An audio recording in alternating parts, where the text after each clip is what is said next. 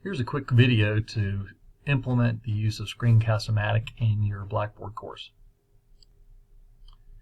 At the top you'll see a URL for Screencast-O-Matic.com, and then log in here if you want to create an account. You can do that on the main screen. Once you get to this screen, you'll see don't have an account, and you can sign up here. Here you'll see, once you click on that don't have an account, you'll see a create account button, and click that. And you'll be giving your email address and then creating a password. It's a good idea to be in Google Chrome, and again you can sign up with your Google account.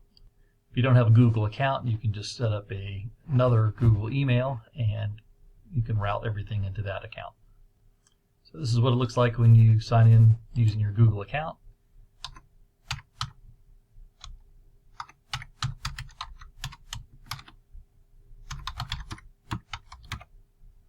And then providing your password.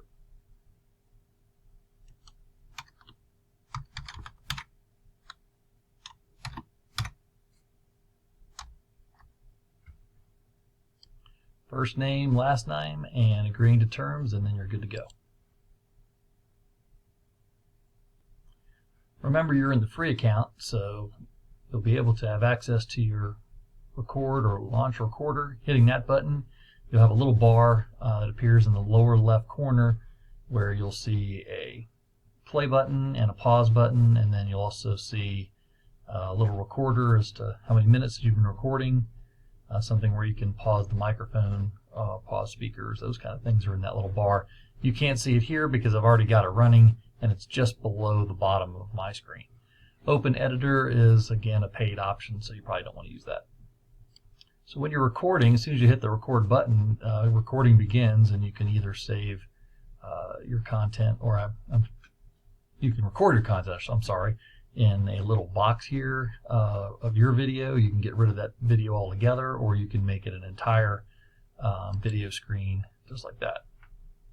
And go back down to the more thumbnail, or again just show the contents on your screen and not a video at all.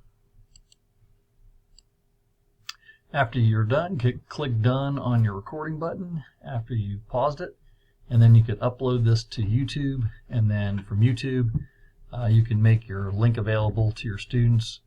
That will be then outside the Blackboard LMS, so that it will save room on the Blackboard server for all of us.